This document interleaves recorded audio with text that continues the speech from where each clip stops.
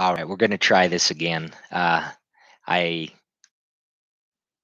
noticed that my first video didn't have any audio to it. So I am going to make sure that we have audio this time and that we can talk about Zion, the New Jerusalem. So tonight we were going to talk about a quote from the Journal of Discourses, volumes 21 through 22, Brigham Young. And this is what he said. So we're going to start with this. He says, "Yes, God will assuredly raise up a man like unto Moses, and redeem his people with an outstretched arm, as their fathers were redeemed at the first, going before them with his own presence, and will also surround them by his angels. I expect when that time comes, that man will understand all the particulars in regards to the temple to be built in Jackson County." So, just to start off here, I want to introduce myself. My name is Tyson Peterson. I'm by no means a religious LDS scholar. I am a member of the Church of Jesus Christ of Latter day Saints. I did attend UVU and attended the Institute there for 10 years.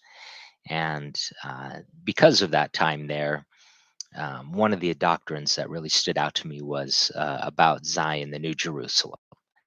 And I had written some books previous to that, and I really wanted to combine my love of the fiction writing with this new doctrine. So I do have a book that will be coming out, available to buy through Cedar Fort Publishing, Jackson County, Building Zion.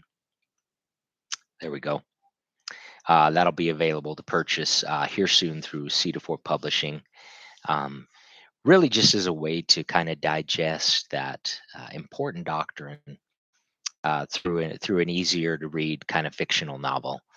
Um, so that'll be coming out soon. But I want to talk about this quote tonight because I do think it's interesting to think about Zion, the New Jerusalem, and a modern day Moses at the same time. So, for those of you who don't know, one of the things that is taught in the Church of Jesus Christ of Latter day Saints is that a new Jerusalem will be built in Jackson County, Missouri, in Independence, Missouri. Now, what that means is it'll be one of the places that Christ will reign from when he returns to earth again. So you can imagine it'll be a very beautiful city, a very righteous city with righteous people. So now let's talk about this quote. Um, it's interesting to think about Moses and the things that he did, how that could play into our lives today. So let's think about some of the major things that Moses did. And one of the things that comes to mind first, obviously, is Moses receiving the Ten Commandments. Now, there was a book that I studied to help me write Jackson County Building Zion. Because even though it is a fictional book, I did want to have um, its foundations in the doctrine of the Church of Jesus Christ of Latter day Saints. And one book that I studied, Chosen Missouri by Kenneth W. Porter. And he actually talks about Moses in here. And I want to read a quote and we'll kind of talk about that. So we were talking about Moses and the Ten Commandments. And this is what Kenneth W. Porter has to say about this. He says, during the journey in the wilderness, Moses had the singular experience of receiving from God on Mount Sinai the Ten Commandments, which were written by the finger of God on the two stone tablets Moses had prepared for the express purpose.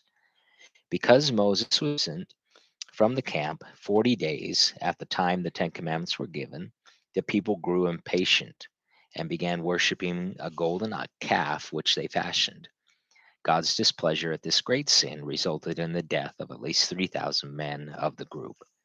And that's from Exodus 32, uh, where Kenneth W. Porter gets that.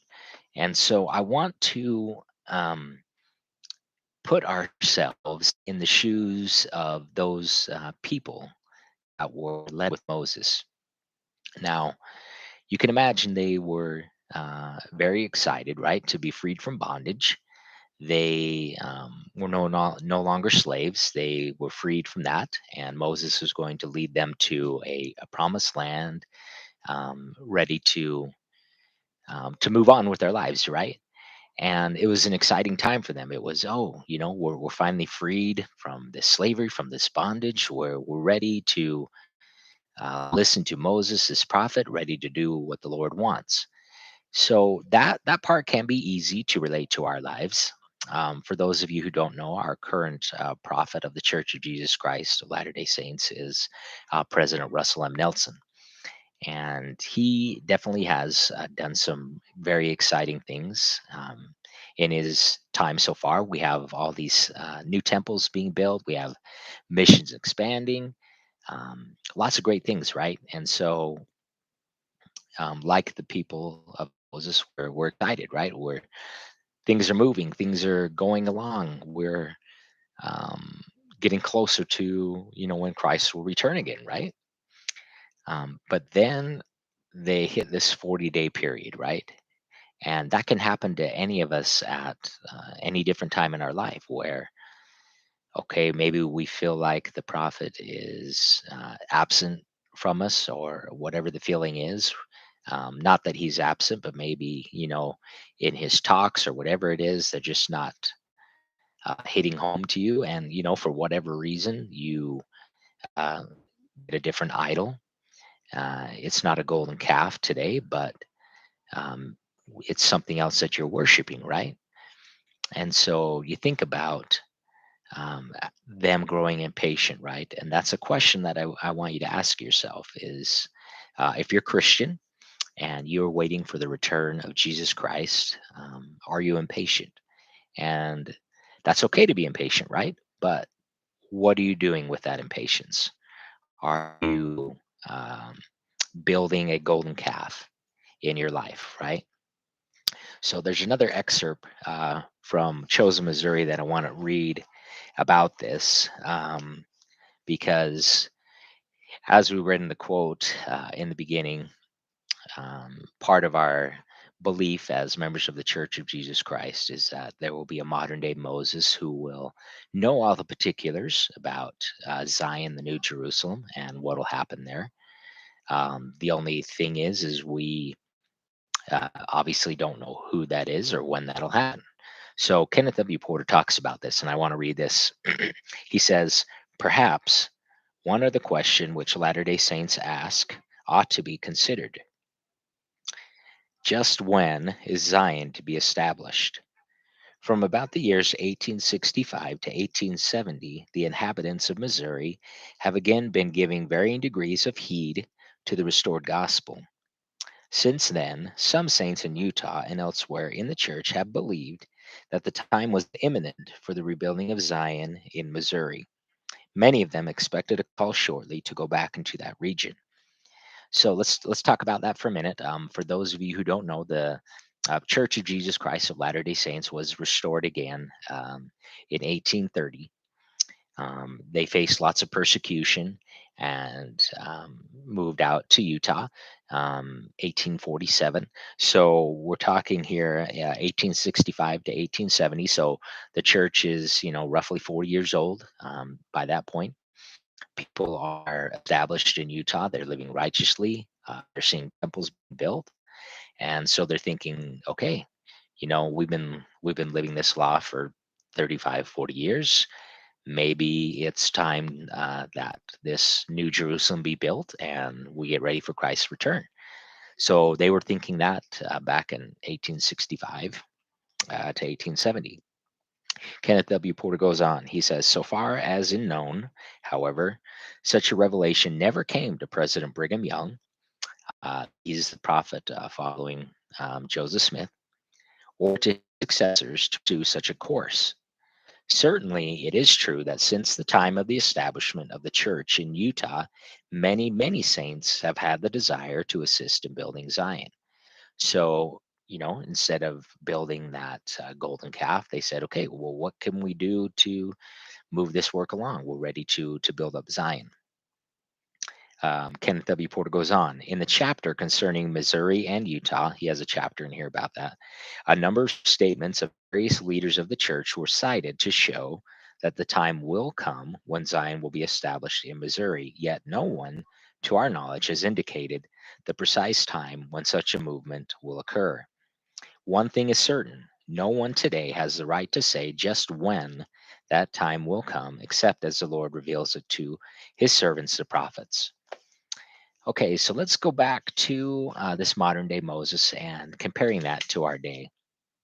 So, as we said, Moses was gone from his camp of people for 40 days. And the people didn't know how long he was going to be gone, right? So that's where the impatience grew. They were waiting for him to come back, and some of them, most of them, helped in building this golden calf so they would have something to worship. They were rightly excited. They wanted to praise God for their deliverance. They were just doing it in the wrong way, right? So when Moses came back with the Ten Commandments, he was thinking, the people are going to be ready. We're ready to live these Ten Commandments, and we're going to move forward in our progression. But unfortunately, most of them were worshiping this calf at the time, and they weren't ready. The same thing essentially happened in Joseph Smith's day, where they did try to establish Zion, the New Jerusalem, and it just wasn't time, and the people weren't ready at that time. So tonight, I don't want to talk speculation about when is this going to happen, who could this modern day Moses be. I want to talk about us, ourselves. So let's think again about the people of Moses and the golden calf. So when this modern day Moses comes with these higher laws that we need to live in order to have this new Jerusalem, do you want to find yourself worshiping this golden calf, or do you want to find yourself um, ready and prepared to live our new Ten Commandments or whatever the higher law may be? Me personally, I love this doctrine of Zion, the New Jerusalem. It's exciting that here on our continent there will be a place where Christ will reign personally when he comes on the earth again. And that's one of the reasons I wrote this book, is I wanted to have kind of an easy to digest story that also teaches about this important doctrine.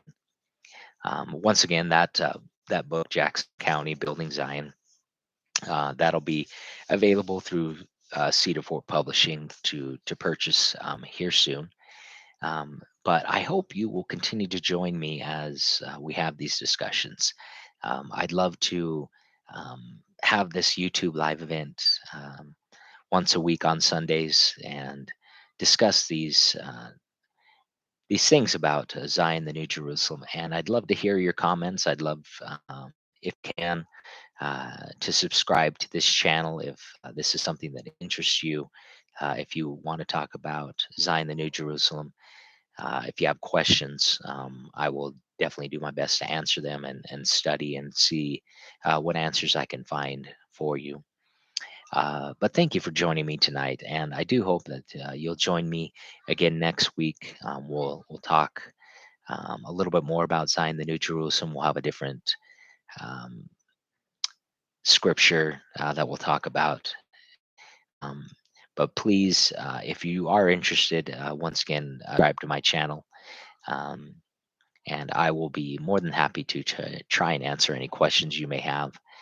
You can also chat with me on my Twitter at Tyson Peterson. I can definitely answer questions there as well. But I hope you have a good evening, and I hope to see you next week. Thank you.